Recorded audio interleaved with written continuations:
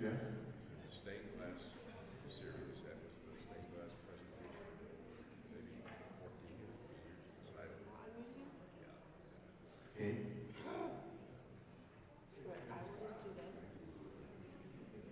Okay. Okay. Oh, really?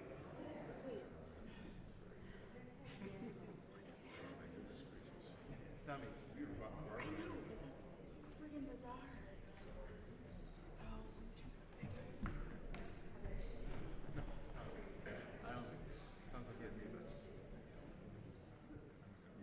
Oh, you know what? Are we in simple now? Did I turn on simple for the,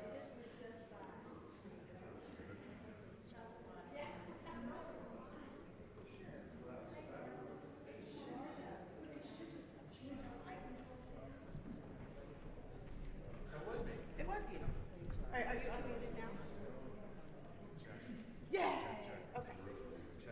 We're good. I have your finger down. Oh, okay. We're fine. We're grand.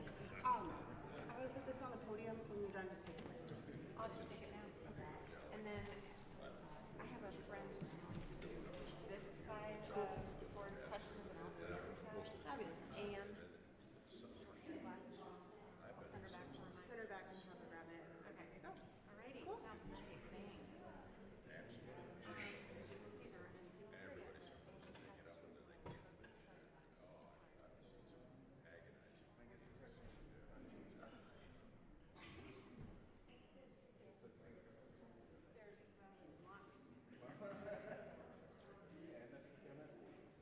Yeah, there you go.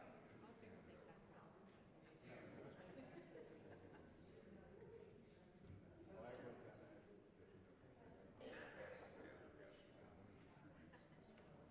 I belong to an organization. We definitely have some. Well, I'm. Yeah. Well, I think I'm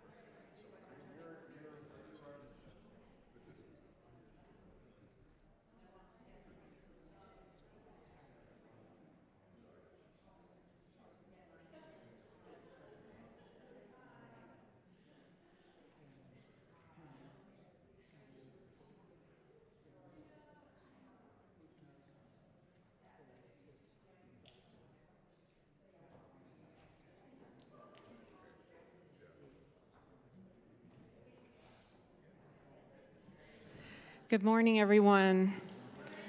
Welcome to our third week in the series of prophetic and poetic imagination.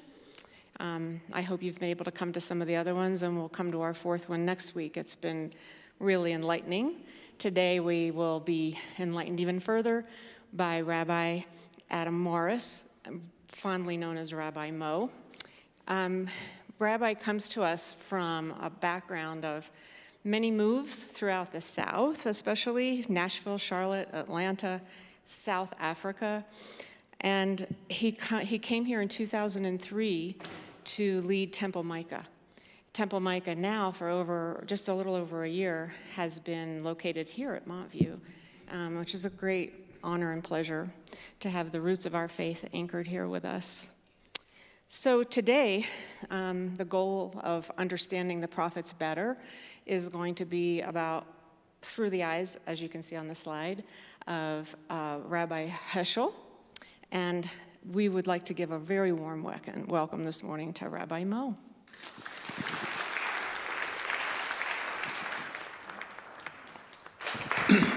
Thank you. So you almost got my bio right. I was in the Southern Hemisphere, but Australia, not South Africa.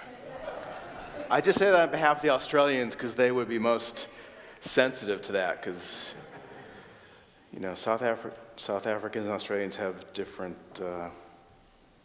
I shouldn't say anything more. I'll get myself in trouble.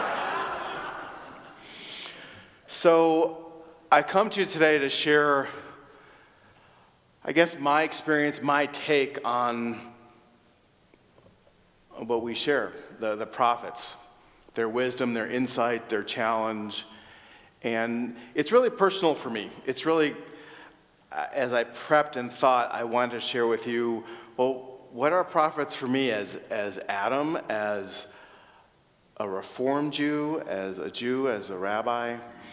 And so I'm going to give you a little bit of that kind of path. And as you can tell by the title of this time together, Rabbi Abraham Joshua Heschel is a very important lens for me to view who are these people? What was their message? What is the genius or challenge of prophetic literature? So I got to start, I guess, where I started.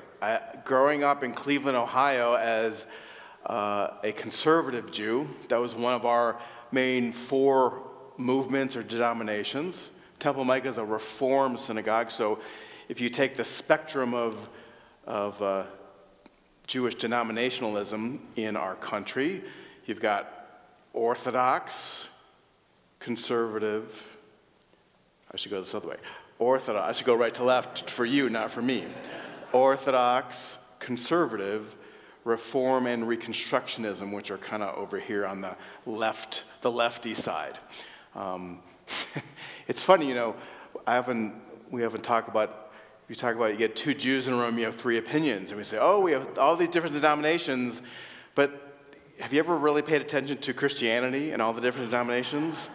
I mean, oh my goodness, there's way more. Again, something I'm not going to talk more about because I don't know about it. Just know there's a lot of you. So as a conservative young Jewish man, I didn't get much direct exposure to prophets. Where they came for me was in this experience of what we call Haftorah. Now, you've heard the word Torah, yes? Okay. Haftorah, even though it sounds in English like it is connected to Torah, it really isn't. The Hebrew is spelled with different letters. But what it is, and why I need to explain to you, is I have up here for you, so we share a text, right? A sacred text. You call it Old Testament. I would call it Tanakh in Hebrew, Hebrew Bible, Jewish Bible, whatever it is. We don't use the term Old Testament because that implies there's a New Testament, which there is for you. I'm good with that. But, Jesus, not our guy, your guy.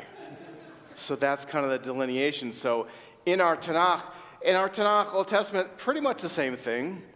What gets different are 2 things. One is, if you look at translations side by side, all translations interpretation, so you get sometimes a little different feel and word and things like that in translation. And the other thing that's different is the order of the books. Our Tanakh, our Hebrew Bible, is split up into these three sections. I left it with Hebrew because it's important to see the Hebrew. Tanakh is not some great etymological word that says something about sacred scripture or word or something like that. It's an acronym, like NFL or ABC or things like that. So the Tanakh is an acronym for the 3 sections of our scripture. If you're wondering, what's it got to do with prophets? Don't worry, I'm getting there. So the T sound is Torah. The N sound is Nevi'im, or prophets. The last sound is K. The Ch or K, same letter, just different part of the word. Ketuvim is writings. And you can see how they're split up. The Torah is the 5 books, we call the 5 books of Moses: Genesis, Exodus, Leviticus, Numbers, and Deuteronomy. Now, back to Haftorah. So how we read Scripture in the Jewish community is that basically every week we take these 5 books of Torah, and they are set up into portions. We start at the Jewish New Year around the fall, September, October, and we start reading Genesis. And it's kind of like a big chapter book, big episodic TV show that every week we start here, we end there, and we pick up where we left off. So it's very much in order. You can always tell what time of year it is by what Torah portion we're reading. So right now, we're just we're walking through a threshold as we're finishing the book of Exodus, and we're starting my least favorite book in the whole Tanakh, Leviticus. I can give a whole other talk on why I don't like Leviticus, but that's not today. You probably could guess some of the reasons I don't like Leviticus. So that's Torah. Haftorah is a Hebrew word that means additional, supplemental, extra. I don't know where it started. I don't know who started it. But somewhere along the line, in the process of sharing Scripture each week, our Torah portion each week, it was part and parcel. When Jews gathered, usually on Tuesday, Thursday, and Saturday, they would read a bit of that week's Torah portion and read and study and learn, not different than what happens today. Some communities said, hey, you know what? We need a little more Scripture, a little more sacred text. Let's add some more Tanakh. Let's have a supplemental piece. Let's have an additional piece of Tanakh. So what they did, not following the model of Torah and just starting it with the next section, Nevi'im, and said, oh, let's do prophets. They did go to that section, but instead they said, let's cherry prick. Let's find different pieces, passages from this collection of prophets, that section, and add them to that week's Torah reading. And they were chosen because they had some connection to the Torah. For example, when it came to the portion about Noah and the ark and the flood, oh, Isaiah's got a nice portion where Isaiah is talking about the flood. Let's bring that in. And so every week is assigned a Haftorah portion from the section called Prophets. That is my exposure, initially, or limited to, of prophets as a nice Jewish boy growing up in Cleveland, Ohio. And it was as part of the service, and I go, and honestly, until my bar mitzvah, it was just that part of the service that, oh my God, is this going to end? Because the Torah reading, we read the whole portion, then someone had to read the Haftorah, and until my bar mitzvah, when I was given this little portion from about Elijah's protege, that was my first introduction personally to a prophet, and honestly with no more than, oh, this is more Hebrew and more melodies I have to learn from my bar mitzvah. I don't remember. I'd like to think my rabbi or tutor tried to learn about this prophet with me, but I have no recollection of it. But all I knew that, oh, Haftorah was from prophets.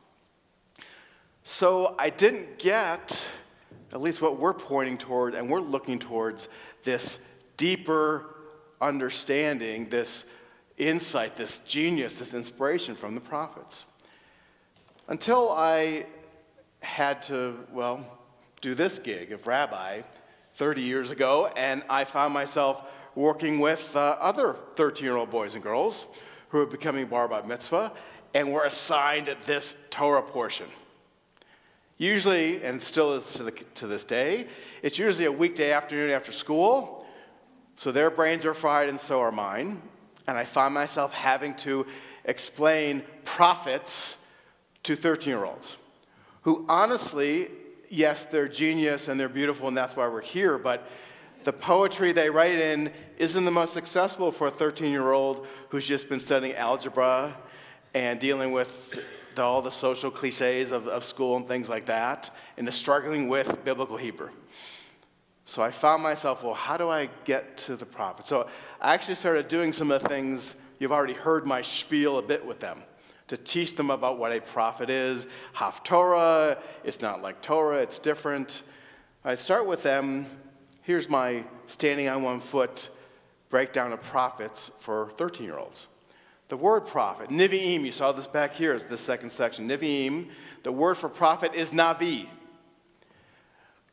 often translated as prophet, but the word prophet, it comes from the Hebrew.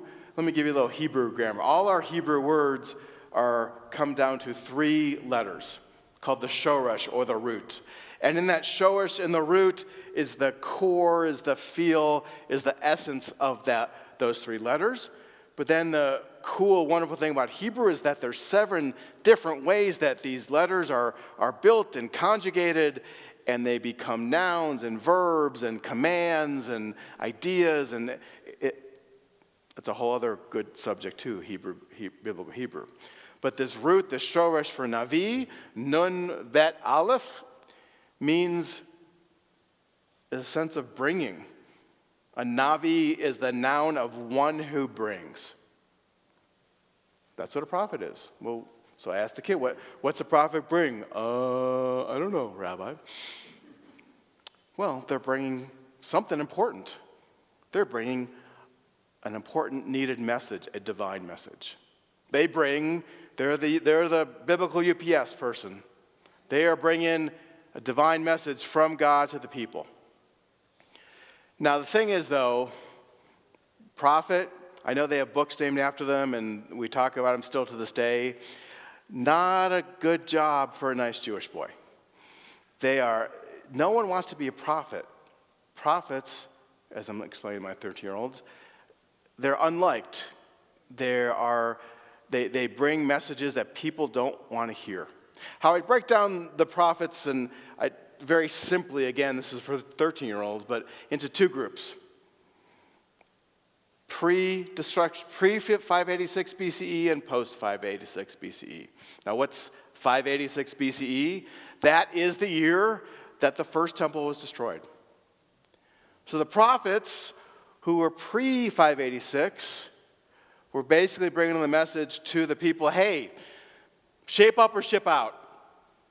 You are not living your lives in line with our highest values. You are putting your faith, your trust in entities and institutions and people who are not aligned with who we strive to be about, what we teach and what we value.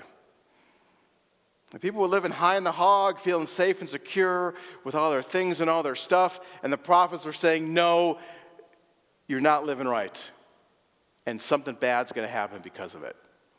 Who wants to hear that message? No one. On the other side, post-586, Babylonians have come in, destroyed the temple, exiled the Jews, and here come that group of prophets saying, what word are they bringing? Hey, don't worry, God still loves you. Come back, just do the things you're supposed to do. It's going to be better than it was before. I always like to help a 13-year-old understand this very simply was to say, well, imagine you did something wrong. I know it's hard to imagine you do something wrong, but you're being punished, or your parents are warning you, don't do this, stop behaving that way, or there'll be serious consequences. Do you like your parents in that moment? No. Imagine you did the thing, and you had the consequences, and mom and dad come up to your room and say, oh, we still love you. We hope you learn from this. You'll be better and stronger for this. Hey, 13-year-old, how do you feel about your parents in that moment? Still not loving them right now. That's prophets. And honestly, that's on a very surface level kind of what they got. Hopefully, I hope one of them's 40 years later talking about prophets, they maybe remember what I've tried to share with them, but that's where I start. But then too, though, part of my own transition, not just as Adam, but as Jew, but to Reformed Jew and Rabbi, has been becoming part of this denomination. I purposely wanted you to tell you that story because, you heard how I grew up, and I think that was fairly common as far as what our exposure, our awareness of prophets was. I actually grew up not thinking so highly of the Reform movement. The Reform movement, different than when it started, but when it first started, really wanted to make Judaism be relevant and alive and universal, integrated. It wanted not to be so different, so particular. One of the things it did is say, hey, look our friends going to church like at Montview. Isn't that awesome? Look at the music, the way they sing, what they talk about, how they show up in the world. And that's what one of the things the early reformers modeled themselves after. And one of the ways they did that ideologically is these guys, the prophets. They reclaimed, they re-seized the prophetic message. I mean, they particularly loved the prophets who said, amongst other things, I'm generalizing here, oh, all those religious practices and rituals you're so focused on, they are not important unless you're helping the widow, the stranger, and the orphan, which fit right into these early reformers' mindset. They wanted to stop being particular and so ritual-focused. They wanted to be more about ideas and justice. And so the prophets were perfect for them to reclaim. And so when I came into this movement, that was a reintroduction to these prophets and that message and that idea. The founder of the Reform movement in 18th century, late 18th century America, Rabbi Isaac Meyer Wise, the mission of Israel is to proclaim the prophetic messages of justice, righteousness, and peace among all nations. He's claiming the prophets. He's going universal. The early Reform movement was very thoughtful, intellectual, rational this way. Well, the idea that the prophets were bringing a message from God, they weren't so sure what to do with that. They didn't want to embrace that folk religion, that religiosity in that way. But the idea of justice, the idea of this intellectual understanding, what is good and right, they were all about that. A little bit later, one of the early leaders in our movement, Rabbi Emil Hirsch, Judaism is not a religion of salvation, but a religion of prophetic service. A shift from theology a bit, from even spirituality. Its password is not saved, but send me. Its crown is not given to those who believe, but those who do. You may have heard that generalization. We use it a lot. I'm not sure it's true. We Jews are all about action. And that was that shift, and that's what I have come into, this Reform movement. And yet, I don't think this idea of prophets that I've gotten from my tradition, from my history, even when I teach my kids, isn't quite full and complex enough. And that's where this guy comes in. Rabbi Abraham Joshua Heschel. Born in Poland in 1907, born into a Hasidic rabbinic dynasty, meaning his father, grandfather were rabbis of the Hasidic movement, a very traditional but somewhat ecstatic, even mystical movement of Judaism. At least back at that time it was. He was ordained as a rabbi at 18, believe it or not. From Poland, he was enrolled in the University of Berlin, where he went on a course of studies that he combined this Hasidic thought, this mystic, God-loving thought with modern philosophy. Include early study on the prophets. As he became a professor at the Liberal Jewish Seminary in Berlin, and then, though, in 1938, 6 weeks before the Nazi invasion of Poland, he was deported back to Germany. And in fighting for his freedom, found his way to London, where he was eventually brought back to the United States by the Hebrew Union College, my Reform movement rabbinic seminary, in 1940. He ended up at the Conservative Seminary in 1945 and stayed there the rest of his career.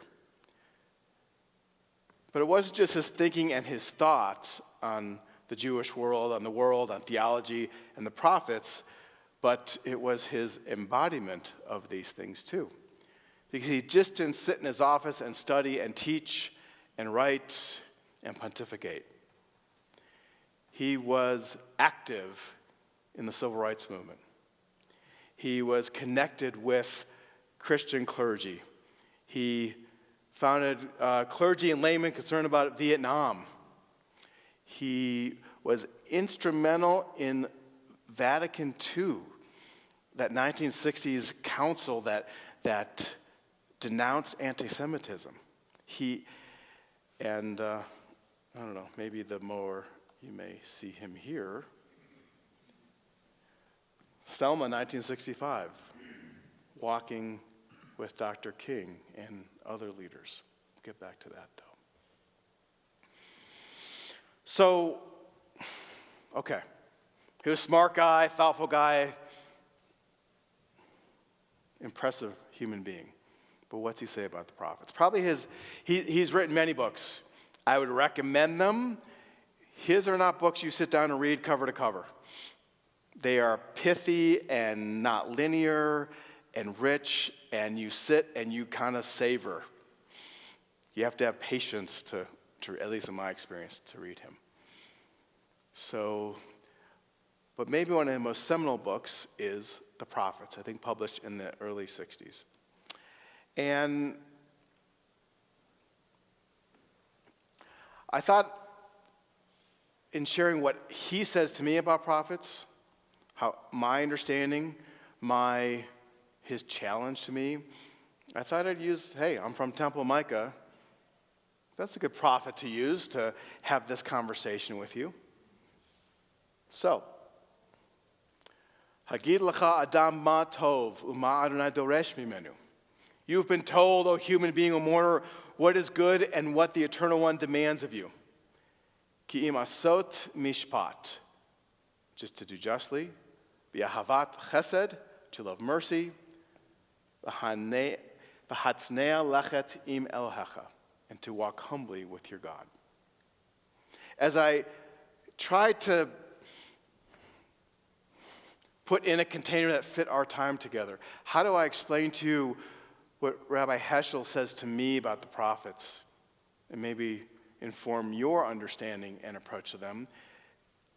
I thought Micah did it beautifully in these three elements that we boil down to do justly, love mercy, walk humbly. I think it starts with walk humbly. One of Rabbi Heschel's primary theological ideas is wonder. Not, I wonder what's for lunch, but awe. Another way he termed it is radical amazement. To go through life being open, expecting to be awed by the majesty, by the complexity, as Jason was talking about this morning, even the frailty and precious nature of life. For Rabbi Heschel, these prophetic figures were people who dwelled in that. I think of a not prophetic but biblical figure to me that captures the story. It's the story of Jacob. Jacob, after he and his mother conspire to trick Esau and his father Isaac out of the blessing of the birthright. He's successful in doing that, but his mother says, you better go, because I think your brother is really mad at you. So on his initial journey back to Rebekah's homeland, to her family, he lays down, he goes to sleep, and he has this vision, it's Jacob's ladder, of the angels descending and ascending. And he has this incredible encounter, and God's there with him, and he wakes up, God was in this place, and I did not know it. To me, that's wonder. That's, there's something I didn't see, I didn't know, and I may not know, but whatever's in the way got out of the way, and I could see and I could experience it. That's that wonder. This idea, this mindset, this heart set, it's not something limited to prophets, but Heschel believed that these prophets, these individuals were especially primed to experience wonder. They saw themselves within the context of the world and the cosmos, the universe, in a way more radical, another term of hers, with a spiritual kind of audacity more consistently than your average Joe or Josephine. And then to live in the world from this, that begins the process. As he said, there is bound to come a renewal of our sense of wonder and radical amazement, a revival of reference, an emergence of a sense of ultimate embarrassment and ultimate indebtedness. Because once we live that and experience that, it puts us in our place. Not in a demeaning or patronizing way, but we step back and say, oh, wow. We are humble. That's humility. And it's not that we stay there and stick there, but we feel moved to act. Where we have our reference point, we are embarrassed then once we come out of that moment of, oh, what's going on here in this world around us? And then we feel a compulsion, an indebtedness, that we have to do something about it. The other element that he sees in these prophets, in these Nevi'im, is the idea of v'ahavat chesed, loving mercy. This is the hardest one for me personally to get my head around and my heart around. I feel it's true, but it's a leap for me even theologically. Because one of his fundamental ideas about the prophets is this idea of pathos. And the pathos is not about the prophets, but about God. And it's the idea that God feels deeply about what's happening in the world. When we are pained, God is pained. That it's not a distant deity or entity, but God deeply feels and experiences this. And the prophets are maybe part of their wonder quotient, but they are able to more deeply and profoundly not hear this, but feel this. It's not as if God speaks to them and says, go say these things. They are feeling as if they are God. Now, I fully admit in thinking about this and teaching about this to a Christian group that maybe there's a Jewish limitation, because in the way that I understand your stories about Jesus, there is that element of that embodiment of God. I'm not sure. That would be a fascinating discussion. But for me, this idea of pathos is that these prophets were God feeling this, and they had no choice but to respond to that.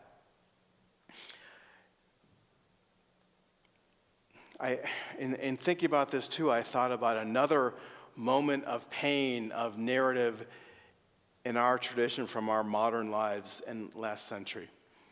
You may have heard or even read the book Night by Elie Wiesel. And the most poignant scene, and the scene that's most, at least in my experience, most shared and retold, is when they are in Auschwitz and there are children who were, in that weird, mad time accused of conspiring against the Nazis. And so they were brought out to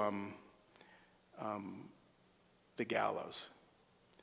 And Wiesel's watching they brought all the Jews out, the prisoners in the concentration camp, to watch this, to see this. And they left them hanging and hanging and hanging. And this is from the book. Then came the march past the victims. The two men were no longer alive. Their tongues were hanging out and swollen and bluish. But the third rope was still moving. The child, too light, was still breathing. And so he remained for more than a half an hour, lingering between life and death, writhing before our eyes. We were forced to look at him at close range. He was still alive when I passed him. His tongue was still red, his eyes not yet extinguished. Behind me, I heard the same man asking, "For God's sake, where's God?" And from within me, I heard a voice answer, "Where he is, this is where, hanging here from the gallows."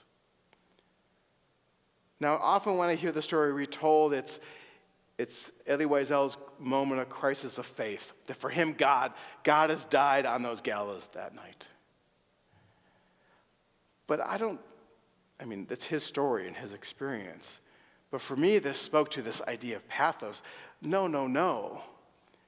God, it wasn't God that had died. God was there feeling and experiencing. Experience what the little boy was feeling, what Elie Wiesel was feeling. This idea, this concept of Heschel's, that God is present that way. It's not an idea in modern Jewish life that we really speak about in that personified way.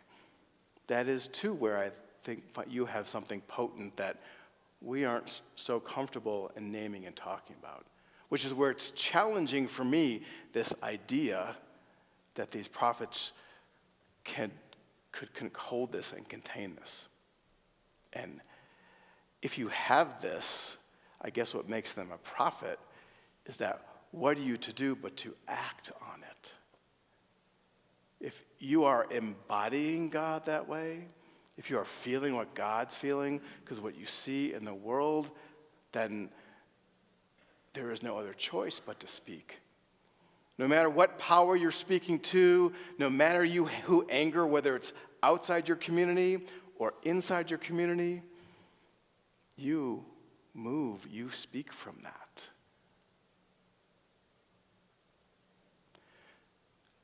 One of the ways that Rabbi Heschel put it, it is not a world devoid of meaning that evokes the prophet's consternation, but a world deaf to meaning. The prophets hear something, they see something, they feel something that the world is not feeling. And for Rabbi Heschel, it's what God is feeling, God's self. So which leads to the last piece of Micah's charge, what Micah says God asks of us. Asot mishpat, to do justly. If the first was wonder and the second was pathos, this third is urgency, moral urgency. And it's important, too, in the context of the story I've told you already, of kind of how the Reform movement seized on the prophetic message. And it's all well and good. We're all about justice, and we should go and act, and even what Rabbi Heschel said, that we're about action, not belief. That's not what Heschel would be comfortable with. For him, there is a very distinct connection between what we do in here and what we do out there. It is not enough for Heschel just to be a good person, see the injustice, and say something and do something about it. It has to be connected, integrated, impacted back and forth in a dynamic with a spiritual life, with prayer. You know, one of the things most maybe quoted about Heschel is from this moment. His daughter, Susanna Heschel, who is a noted 20th current scholar herself, an academic, tells a story about him going when he came home from Selma. And when he came from home in Selma in 1965, my father wrote, "For many of us, the march from Selma to Montgomery was about protest and prayer. Legs are not lips, and walking is not kneeling. And yet our legs uttered songs. Even with our words, our march was worship. I felt my legs were praying." It's powerful, maybe you've heard it. Now, what happens though, it's funny. This is from his daughter, so I'm trusting what she says. But when you hear the story told, or even in our the world of the internet, what Heschel is, maybe he said it somewhere else, but he says, "Well, I prayed with my feet." And I can speak for my community and Jews, I can generalize. I think a lot of people take that as well. That means, okay, there are lots of different ways to pray, so if I'm out doing action, that is a form of prayer. And that may be very well true and authentic for those people, but that's not what Rabbi Heschel would say. He would say there is praying with your feet and there is prayer. There is time for an inner life, and that work out there has to be connected to it. Now, would he extrapolate and say, well, maybe because that becomes then, it's out of balance? Does that work of justice become an idol in itself? I don't know. It would be a fascinating discussion to have with him. But for him, for these prophets, this inner life of theirs, the way they cultivated the ability for wonder and amazement, the way they allowed, enabled, welcomed, were overwhelmed with this pathos of God, was connected to this life, this inner life that they lived, as well as the outer life. This is one of my favorite quotes of his. Prayer is meaningless unless it is subversive, unless it seeks to overthrow and to ruin the pyramids of callousness, hatred, opportunism, and falsehoods. So there he also says, too, the total inward life of spirituality, and to be a little pejorative with it, navel-gazing, You should be inner, you should pray, but it's a bit of both. It's feet in both worlds. That's when what Rabbi Hirsch says, and I hear people in my community say, well, we Jews, we're not all about faith or belief, we're about action. No, that's not it. I think there's more to that. So these are a few of the insights. Like I said, his writing is not linear, it's rich, it's pithy. I'm doing my best to somehow kind of how he informs this prophetic message to us. And so for me, in what do I do with these prophets who write in this poetry that's, yes, hard to access for us moderns, whether you're 13 or 57. But with this nudge, this push, even in places that are intellectually or theologically uncomfortable for me, I appreciate his lens on these figures. I appreciate the challenge to think about what they are saying, not just to their people, but to me. Because it brings my anxiety, outrage of our current moment in a different context. It pushes me to understand with appreciation that this experience of injustice, of misalignment with values, as acute as it feels right now, is nothing new. And so the message, the work, stays the same. It's hard. It's problematic. And so actually, with that in mind, I thought that his words might end my formal words I'm sharing with you before we have some time to reflect and question together what I've shared and your reactions. This is an interview in 1972, I believe. I think it was the last interview he gave before he died. He never saw this broadcast. But here he's answering the question about the problems in the world in 1972, which felt relevant to now, felt very prophetic to me. Fictitious Good. picture. Here stands a man, and I tell you, this is a man who has no problems. Do you know why? He's an idiot. Because a man has problems. And the more complicated, the richer he is, the deeper are his problems. This is our distinction, to have problems, to face problems. Life is a challenge, not just a satisfaction. And the calamity of our time is to reduce life to pleasure only. I'm not against pleasure, but the greatness of life is experience in facing a challenge rather than just having satisfaction. I would be frightened if I were to be ruled by a person who is satisfied, who has the answers to everything. If God were to control... There you go. So thank you for giving me the time to share with you about my relationship to and my view with Rabbi Heschel's lens on the prophetic message. Thank you.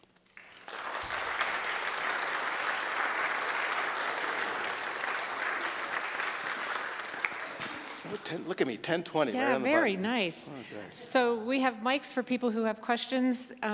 People at home can't hear you if you don't voice your question into the mic. So we'll be as fast as we can getting it to you.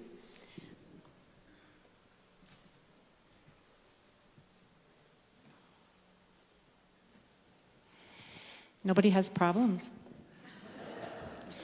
That's okay. Even if it's not about Rabbi Heschel and the prophets, as long as we have this time together, if there's things about what's going on in the world Jewishly or our relationship, so yeah, hi. Hi. Last year at some point, PBS had an hour-long program about Rabbi Heschel. Mm-hmm. It was excellent. Yeah. I highly recommend it. Thanks, yeah, I'd say go look that up. I think I remember that as well. He's an extraordinary teacher, human being, so we could use him now. Yes, sir. You mentioned that the book on the prophets was a challenging read. Mm-hmm. Is there something a little bit more approachable from a Rabbi Heschel that you would suggest? Sure, I think there's a book called I Ask for Wonder, and it's an anthology of someone collected some of these pieces like I collected, and they're thematically arranged, so I would say that's more just kind of for experiencing the kind of essence of his spirit and his thought. His daughter wrote a book, what's it called, that also tried to capture him with her language, so that may be kind of a adjacent way to get to him with going to the direct source. I think it's called Spiritual Audacity, and her name is Susanna Heschel. So those are a couple off the top of my head. And probably starting, and the PBS interview may be a good place too, because I imagine they would have a bibliography with that as well.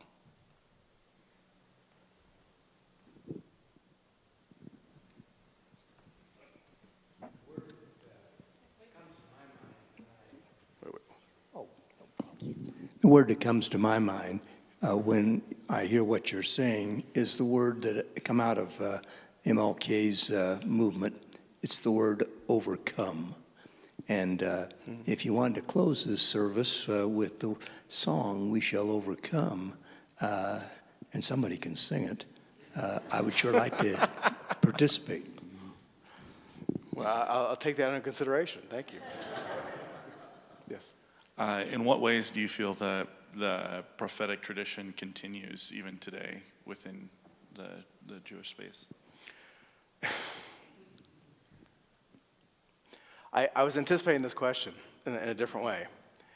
I thought you might ask me, well, who do I see as prophetic now in the world? And I was having a hard time with people because, as I was saying, this is not a job anyone wants. And maybe you're the same way, I have my echo chambers of people who I read, I say, yes, yes, yes. But my sense as prophets, they're not making people happy who listen to them, even if they're pushing us in a way I might want to go. So in the Jewish world, how are we doing with this? On the whole, like I said, this is not new. We're not so good. Because for me, and I got a few other things, our parking lots, but what's happening in Israel and Palestine and Gaza, the prophetic voice needs to be heard to telling the power in Israel to stop, to approach this differently, and to have the courage because God, the pathos of God is feeling both the Palestinian and the Israeli pain. And so are there people who are trying to seize that and name that? Yes. Prophets may be one of those things that we don't know who they are until we look back in the rearview mirror and say, oh yeah, they were doing this. So are there people Jewishly who do speak to that? Yes. And as you might expect from a prophetic statement, the mainstream of the Jewish community is not responding so well to that, not wanting to listen to that. So I think there, like any movement, any religious, any wisdom tradition, there are people who are trying to remain in line with the core of that wisdom. And it's always a challenge. That's what these prophets do. They push our world, our society pushes towards power and status and those things, and there are those who say, no, that's not what we're about. And so there are people who do the work in different ways, I guess.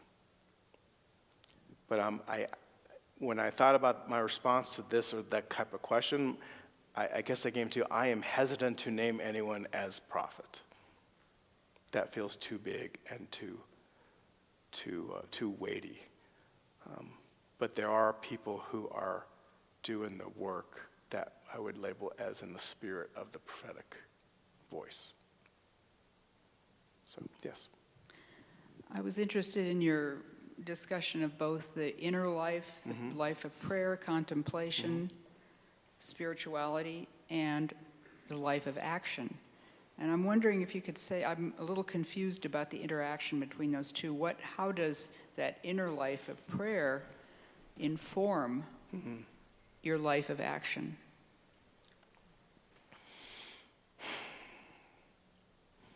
I'm going to take prayer as one big umbrella, meaning many different things. Whether it's what you just did or about to do on Sunday morning in the sanctuary, or it's contemplations, meditation. But I think for me, that exercise, that act of prayer, puts us in line, in sync with the authentic workings of the universe. It's this wonder that Heschel talks about, that if you find yourself in that moment of, here's how I fit, that point of perspective, then one can't help but to, okay, if this is where I fit, then you see the world differently.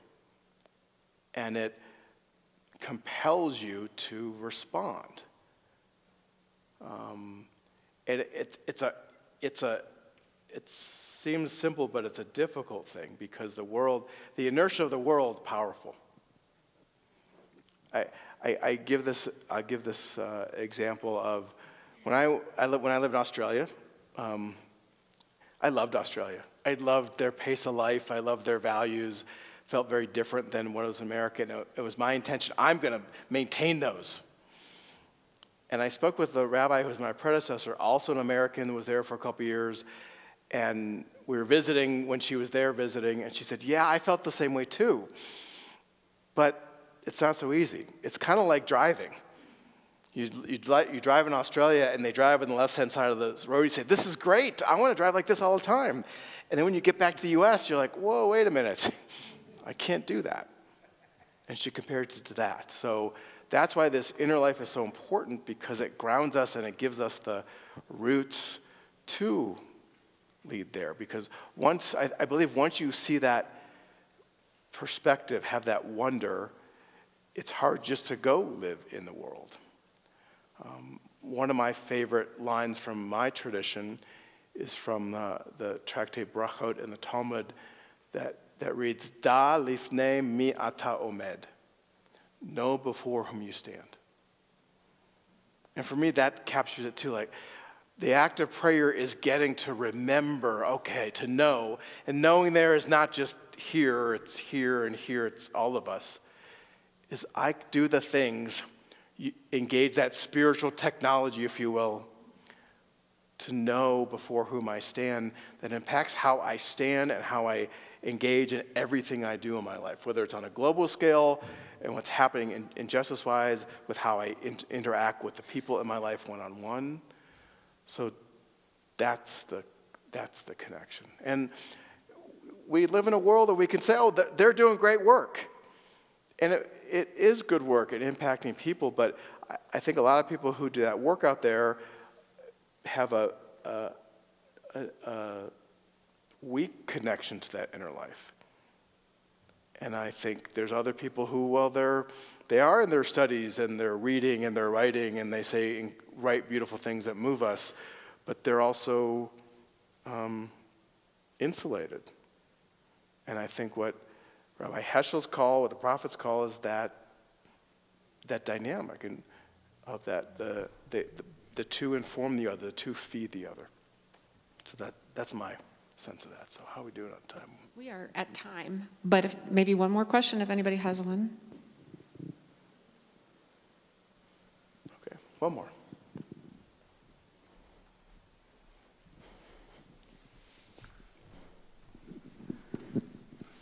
So this might be a longer question than we have time for, but when you think about prophets in general, and you think about being called to action, and you think about who is a prophet, they're bringing messages maybe that you don't like to hear or that your community doesn't like to hear. What is your thought about how you determine who is really telling, God's word versus you're being led into a cult? Because those two things kind of go together. You hear people say this person is a prophet, and then it turns out they're really not a prophet. So how do you think about, using that inner spiritual life to maybe ground yourself in what you believe is the right prophet to listen to?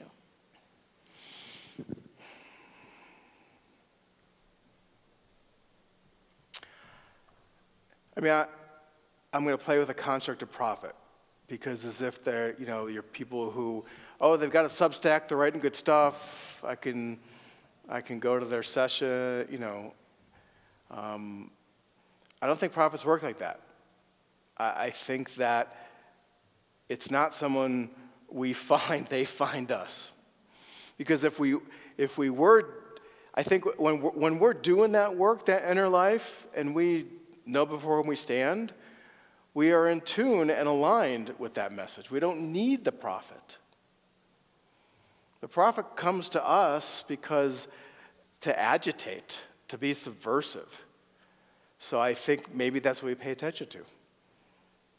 I once had a rabbi who I learned from who once said, hey, you know what, if you think you got to do something and you're going to have a difficult conversation or whatever, and it feels like something you don't want to do, it's probably the right thing to do. And so I think it's more that. It's more even when we're out of alignment, the willingness to pay attention to those voices that push us and prod us that way, in that direction. I don't know. I'm not satisfied with that response, but I think that's the nature of their message, of this work. So I guess in conclusion, I don't think we're going to sing because we got to get going, but thanks for the suggestion. But Thank you, Rabbi keep Mo. listening. Keep listening is what I'd say. Thanks, everyone. Thank you.